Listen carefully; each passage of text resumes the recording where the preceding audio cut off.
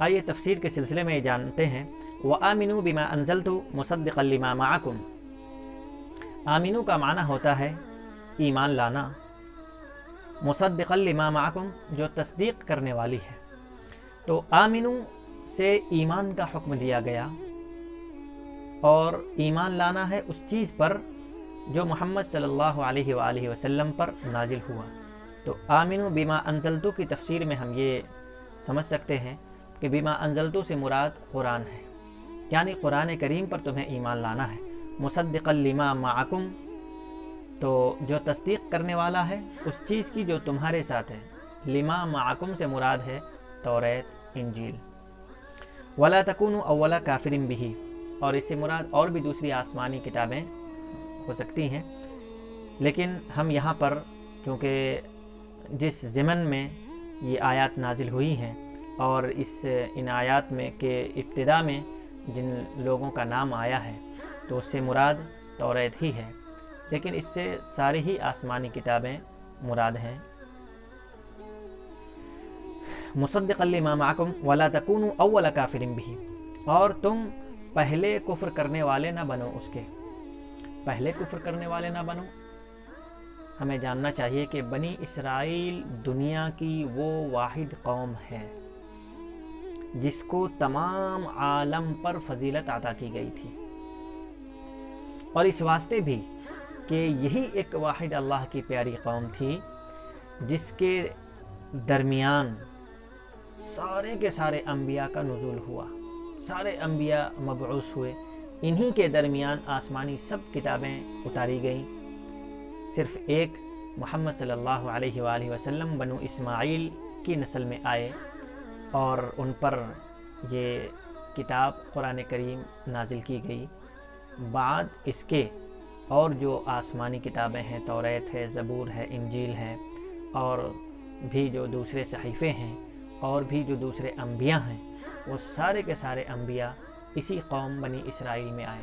اس واسطے بنی اسرائیل قوم بہت ہی زیادہ فضیلت والی اور بہت ہی زیادہ عزت والی قوم دنیا بھر میں سمجھی جاتی تھی، مانی جاتی تھی۔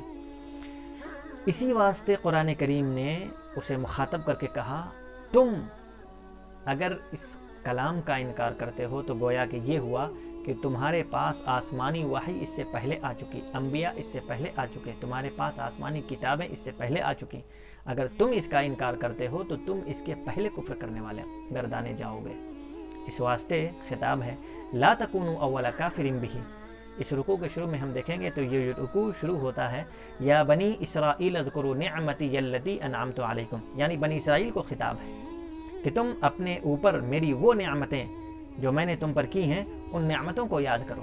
ان نعمتوں میں سے سب سے بڑی نعمت یہ ہے کہ اس کو تمام عالم پر فضیلت عطا کی گئی۔ بڑی نعمت یہ ہے کہ اسی کے درمیان، اسی قوم کے درمیان سارے انبیاء مبعوث کیے گئے۔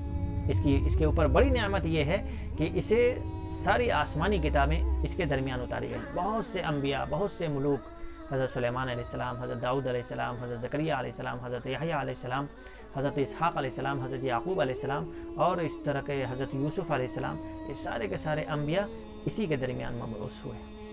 اس واسطے یہ بڑی فضیلت والی قوم ہے، اور اگر یہ قرآن کریم کا انکار کر دیتی ہے تو یہ پہلے کفر کرنے والے گردانے جائیں گے۔ اسی واسطے خطاب ہے کہ تم اس کے پہلے انکار کرنے والے نہ بنو۔ وَلَا تَشْتَرُوا بِآيَاتِي ثَمَنًا قَلِيلًا، اور تم میری آیات کو خریدو بیچو نہیں۔ اشترا یشتری کا معنی خریدنا بھی آتا ہے، بیچنا بھی آتا ہے۔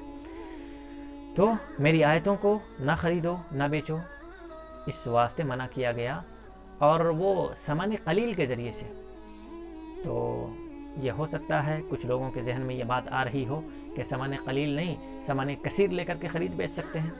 نہیں، ثمن قلیل ہر وہ مال ہے جو دنیا کا مال ہے۔ دنیا کا جتنا زیادہ مال ہو جائے وہ ثمن کثیر نہیں ہو سکتا، وہ سب کا سب ثمن قلیل ہی ہے۔ تو ادنا دنیا، فانی دنیا کا فانی مال لے کر، فانی دنیا کا فانی جاہ لے کر، فانی دنیا کا فانی عہدہ لے کر کے تم میری آیات کو خرید و فروخت نہ کرو، کہ کبھی آیات کو چھپا دیتے ہو، کبھی ایک حکم کی جگہ دوسرا حکم بتا دیتے ہو، کبھی ایک کے لیے دوسرا حکم، دوسرے کے لیے دوسرا حکم بتاتے ہو، تو اس طرح سے آیات کو، احکام کو خلط ملط نہ کرو، ایک دوسرے کے لیے بیچو نہیں، خریدو نہیں۔ وَإِيَّايَ فَاتَّقُونَ، اور مجھ سے ہی ڈرو، یعنی اللہ رب العالمین ہی ہے جس سے ڈرا جا سکتا ہے، جس سے خوف کھایا جا سکتا ہے، جس کا ڈر دل میں بٹھایا جا سکتا ہے۔ وَلَا تَلْبِسُوا الْحَقَّ بِالْبَاطِلِ وَتَكْتُمُوا الْحَقَّ وَأَنْتُمْ تَعْلَمُونَ، اور حق کو باطل کے ساتھ نہ ملاؤ، تلبیس نہ کرو، اور حق کو نہ چھپاؤ۔ جو کچھ تمہارے پاس حق ہے، جو کچھ تمہارے پاس نشانیاں ہیں، جو کچھ تمہارے پاس بشارتیں ہیں، جو کچھ تمہارے پاس احکام ہے، ان احکام کو بے کم و کاست بیان کر دو، لوگوں کے سامنے واضح کر دو۔ وَأَنْتُمْ تَعْلَمُونَ، اس حال میں کہ تم جان رہے ہو۔ یہ اس واسطے کہا گیا کہ اہل عرب میں بڑی عزت اور بڑی وقار کی نگاہ سے یہ بنی اسرائیل، اہل یہود جو ہیں، یہ جانے جاتے تھے، تو اہل یثرب بھی ان کے پاس مشورے کے لیے جایا کرتے تھے کہ محمد صلی اللہ علیہ وآلہ وسلم جو نبوت کا دعویٰ کرتے ہیں اور یہ بتاتے ہیں کہ آسمان سے ان کے پاس وحی آتی ہے اور ان کے پاس ان کے اوپر قرآن کریم کی آیتیں نازل ہو رہی ہیں، وہ اللہ کے نبی ہیں، یہ جب یہ بتاتے تھے تو ان میں سے بعض ایسے حضرات جن کو شک ہوتا یا جو یہ جاننا چاہتے، تحقیق کرنا چاہتے، تو یہ انہی کے پاس جاتے تھے، یہودی عالموں کے پاس جاتے تھے، عیسائی عالموں کے پاس جاتے تھے، ان کے پاس جا کر کے بیٹھ کر ان سے مشورے لیا کرتے تھے اپنے اچھے اور برے کاموں کے سلسلے میں۔ اس سلسلے میں بھی وہ مشورے لیتے تھے۔ تو مشورہ لیتے وقت، اور یہ علماء حضرات، یہودی علماء حضرات مشورہ دیتے وقت یہ کہتے تھے کہ ہمارے درمیان جو کتابیں ہیں اس میں جو نشانیاں ہیں، اس میں جو بشارتیں ہیں، وہ نشانیاں بشارتیں تو محمد پر صادق آتی ہیں، وہ تو ان کے اندر پائی جا رہی ہیں، میرا مشورہ یہ ہے کہ تم ان کی بات مان لو۔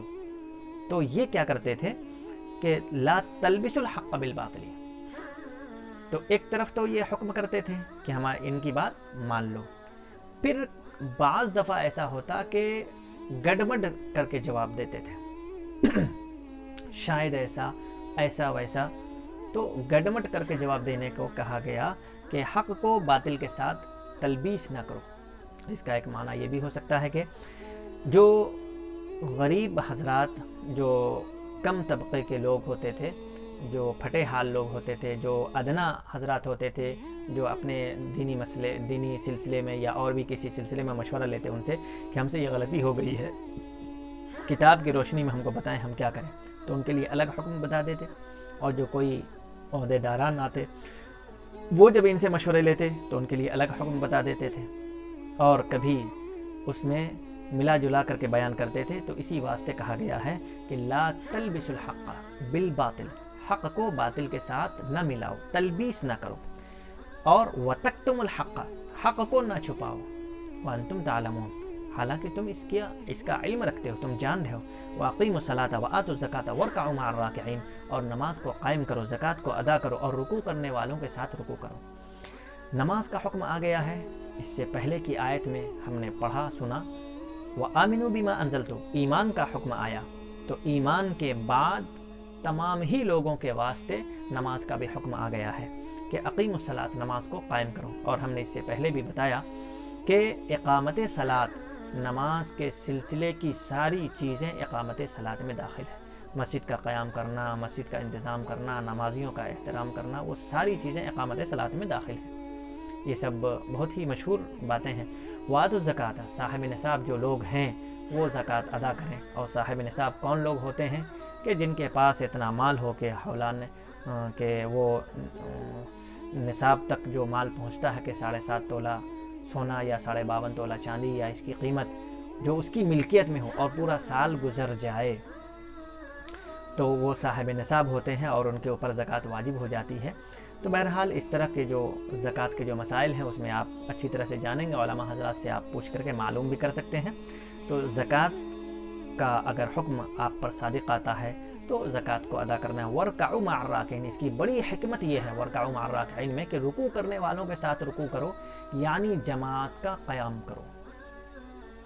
رکوع کرنے والوں کے ساتھ، یعنی تنہا نماز نہیں، جماعت کے ساتھ نماز اختیار کیا جائے۔ أَتَأْمُرُونَ النَّاسَ بِالْبِرِّ وَتَنْسَوْنَ أَنفُسَكُمْ وَأَنْتُمْ تَتْلُونَ الْكِتَابَ، کیا تم لوگوں کو نیکیوں کا حکم کرتے ہو اور خود کو، اپنے آپ کو بھلا دیتے ہو حالانکہ تم کتاب پڑھتے ہو؟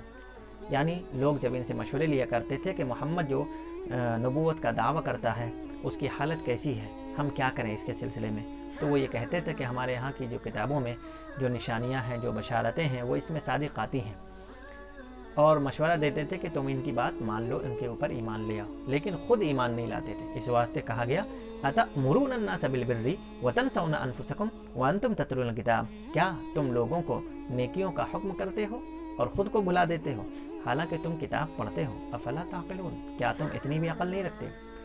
اور عام حکم ہے، تمام لوگوں کے واسطے حکم ہے، وَاسْتَعِينُوا بِالصَّبْرِ وَالصَّلَاةِ، جس طرح کا بھی یعنی ایمان کے سلسلے میں اور بھی دینی احکام کے سلسلے میں جو کچھ بھی مسائل پیدا ہوتے ہیں، بالصبر والصلاۃ، نماز کے ذریعے سے اور صبر اختیار کر کے اللہ سے مدد مانگو۔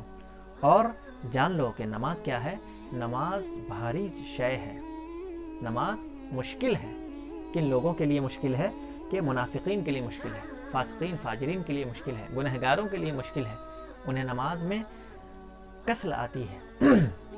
لیکن جو لوگ خاشعین ہیں تو خاشعین لوگوں کے لیے نماز مشکل نہیں ہے، بلکہ ان کی حالت تو یہ ہوتی ہے کہ وہ نماز پڑھتے ہوئے، رکوع جاتے ہوئے، سجدے میں جاتے ہوئے، ہر آن ہر لمحہ ان کے دل میں یہ خیال پیدا ہوتا ہے کہ آخر کو ایک دن ہمیں اپنے رب سے ملنا ہے۔ یہی مفہوم آگے کی آیت میں بتائی گئی ہے، الذین یظنون انہم ملاقو ربہم، جو لوگ یقین رکھتے ہیں اس بات کا کہ وہ اپنے رب سے ملاقات کرنے والے ہیں، وانہم الیہ راجعون، اور اسی کی طرف پلٹ کر جانے والے ہیں۔ یعنی مآل کار، انجام کار، ہر ایک انسان کو جو بھی اس دنیا میں ہے وہ سارا کا سارا، خواہ وہ اچھا عمل کر رہا ہو خواہ وہ اچھا عمل نہیں کر رہا ہو، اسے پلٹ کر رب کے پاس جانا ہے، اسے رب سے ملاقات کرنا ہے۔